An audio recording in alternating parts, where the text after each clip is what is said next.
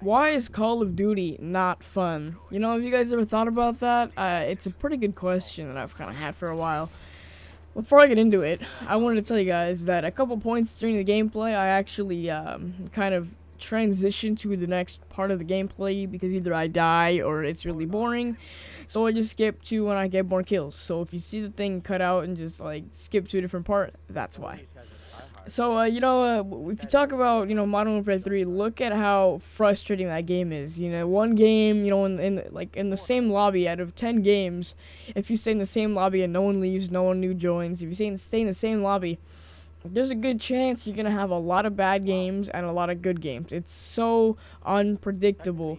Even if you play it on the same map, for 10 games, exactly the same variables that go into, all the same independent variables. The dependent variables are gonna be basically, different every single time, if that makes sense. I don't know how to explain it, but I mean, it changes every single game, no matter, how good you are. There's a good chance that you're gonna have a bad game here and there, even if you know what I'm talking about? Like in COD 4, things were so simple. There wasn't that much that really caused a huge issue. But I think that the over complexity in Call of Duty is just causing all of that stress. There's just too many factors that go into how well you do. I mean, you've got to be so lucky to have everything line up.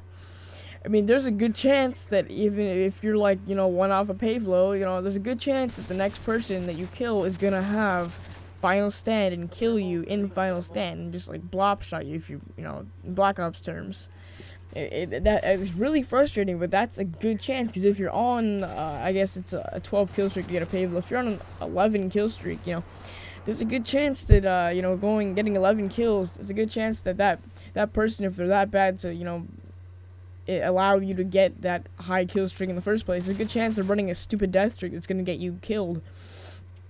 And it's really unfortunate because that could ruin a gameplay right there. There's so many different things that you have to worry about when going for a gameplay. Even high KD players have this happen to them on a daily basis. It's just hard to avoid it. And that was a pretty cool kill. I don't know what's going on, but I heard him coming like to the left and then turned out to be on the right. It was kind of weird. But yeah, in like COD 4, the reason that game was so balanced was due to its complete, it was so simple. There was so much simplicity to it. It was almost hard to mess up and hard to have too many factors that make you get killed. The only things that I ever hated getting killed by in that game was occasionally, but very rarely, last stand.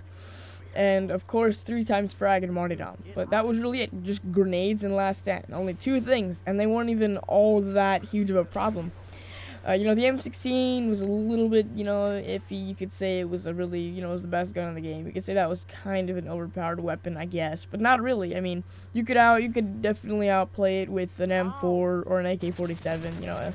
You could definitely do it. It wasn't that hard. And then when you come to like Black Ops, that game was incredibly complex, but it was a great game. It was pretty much balanced. Like, oh my goodness, my phone alarm's going off. Let me turn that off real quick. Black Ops, there were, little things in there, like the FAMAS and the AK-74U that were a problem. And, those things got patched, and they're not really, I believe that they are not overpowered anymore. Things got fixed in that game so well. And even from the beginning, it wasn't that, there were not that many problems. Treyarch did a really good job of making that game balanced and not have those stupid variables that get you killed so much. It's so much easier to play without stress of getting killed by random things like you play in Infinity Ward games. That's what I've noticed. Like, I've always been an Infinity Ward fan. I love the engine better, I love the graphics, I love the sound effects, I love everything better about Infinity Ward games. But the execution that Infinity Ward does, the execution of their game, is quite horrible when it comes down to it. Treyarch, they have lesser equipment, but they make a better game. You know what I mean? Like, I don't understand that. I just feel like, mix them together and you'd get a great game. Treyarch can master the complexity. They can make those variables go away. Now, sure, there was also Ghost in Black Ops, but there was a counter to that as well, the Blackbird. And if you're good enough, you're gonna get the Blackbird, which is gonna counter Ghost. And then there was Second Chance. That was really annoying, but I mean, Black Ops 2 is not gonna have second chance, and hopefully, you know, Vonderhaar isn't pulling a Robert Bowling. And you know, honestly, I don't really hate Robert Bowling. So if I hope you guys know what I'm talking about in Call. I hope you guys know, like, you understand what I mean by this. If you have any comments, go ahead and leave one down below and let me know what you thought of this. And remember to, I guess, leave a like, you know, whatever. Alright, talk to you guys later.